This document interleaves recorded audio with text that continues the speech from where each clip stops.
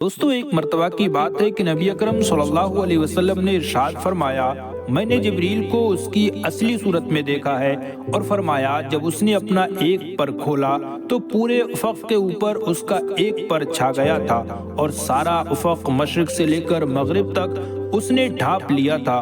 दोस्तों, बुखारी शरीफ में ये अल्फाज मौजूद हैं। नबी अकरम सल्लल्लाहु अलैहि वसल्लम ने फरमाया कि मैंने जिब्राईल को अपनी असली हालत में देखा है और उसके 600 पर थे और उससे पूरे आसमान को ढांप लिया था और उन परों से कीमती हीरे मोती झड़ रहे थे और वो अपने तख्त पर बैठे हुए थे जो अल्लाह ताला ने उन्हें अता किया है। और हदीस शरीफ में ये भी आता है कि उनके पाँव के ऊपर एक मोती है, वो इस तरह से पड़ा हुआ महसूस होता है जैसे सब्जे के ऊपर शबनम का कोई कतरा गिरा हुआ महसूस होता हो। उनकी पेशानी रोशन है, बाल घुंघराले हैं, दांत चमकदार और सर मंजार से भी ज्यादा सफेद है। इससे दोस्तों आप फरिश्तों की खूबसूरती का अंदाजा भी लगा सकते हैं। इसी तरह अबू दाऊद की रिवायत है, हजरत जाबिर बिन अब्दुल्लाह रदियल्लाहु अन्हु फरमाते हैं कि रसूल अकरम सल्लल्लाहु अलैहि वसल्लम ने फरमाया, जब मैं मेराज गया तो मुझे इजाजत दी गई कि जो फरिश्ते अर्श को उठाए हुए हैं उनमें से जब मैंने एक फरिश्ते को देखा तो उसके कान की लौ से कांधे तक का फासला और दूरी एक तेज रफ्तार परिंदे के उड़ने के 700 साल की दूरी के बराबर थी। दोस्तों, इन फरिश्तों के ताल्लुक से अल्लाह ताला कुरान मजीद में इरशाद फरमाता है, वो फरिश्ते जो अर्श को उठाए हुए हैं और जो उसके इर्द गिर्द मौजूद हैं, वो सब अपने परवरदिगार की हम्द के साथ साथ उसकी तस्बीह बयान करते हैं। इसी तरह अल्लाह रब्बुल इज्जत कुरान मजीद में एक और जगह इरशाद फरमाता है, तमाम तारीफ अल्लाह के लिए है जो आसमानों जमीनों का बनाने वाला है, फरिश्तों को रसूल बनाने वाला है, जिनके 2-2, 3-3 और 4-4 पर पैदाइश में जो चाहता है बड़ा देता है।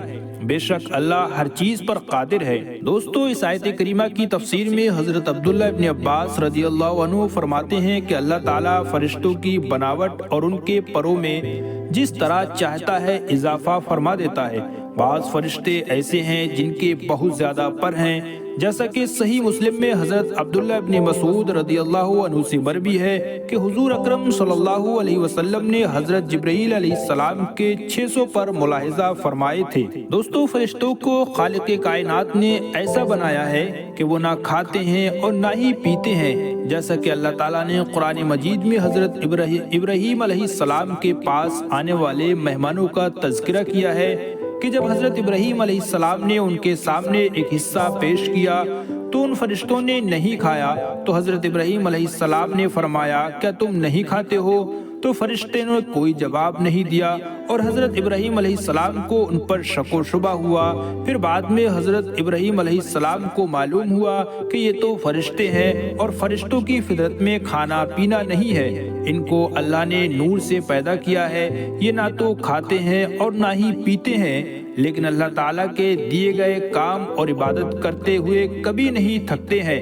जैसा कि तज़किरा अल्लाह ताला ने सूरह अंबिया में फरमाया है कि वो सुबह और शाम अल्लाह की तस्बीह बयान करते हैं और वो सुस्ती नहीं करते हैं। यानी अगर कोई सजदे में है तो वो सजदे में है और अगर कोई तस्बीहात कर रहा है तो वो तस्बीहात में मशगूल है। दोस्तों, अब ये सवाल पैदा होता है कि आखिर फरिश्तों की तादाद कितनी है? तो नाज़रीन, फरिश्तों की तादाद अल्लाह के अलावा कोई नहीं जानता है।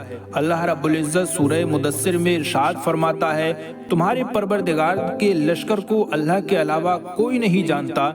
इसी तरह बुखारी में ये हदीस मौजूद है जिसमें नबी पाक सल्लल्लाहु अलैहि वसल्लम ने इरशाद फरमाया, जिस तरह दुनिया में बैतुल्लाह का तवाफ किया जाता है, इसी तरह खाना काबा के जस्ट ऊपर 7वें आसमान पर बैतुल मामूर मौजूद है, यानी फरिश्तों का काबा, और वहाँ पर 70,000 फरिश्ते हर दिन उसका तवाफ किया करते हैं। फिर उन तवाफ करने वाले फरिश्तों की बारी दोबारा क़यामत तक नहीं आती है। दोस्तों, अब इससे पता चलता है कि फरिश्तों की तादाद बहुत ज्यादा है।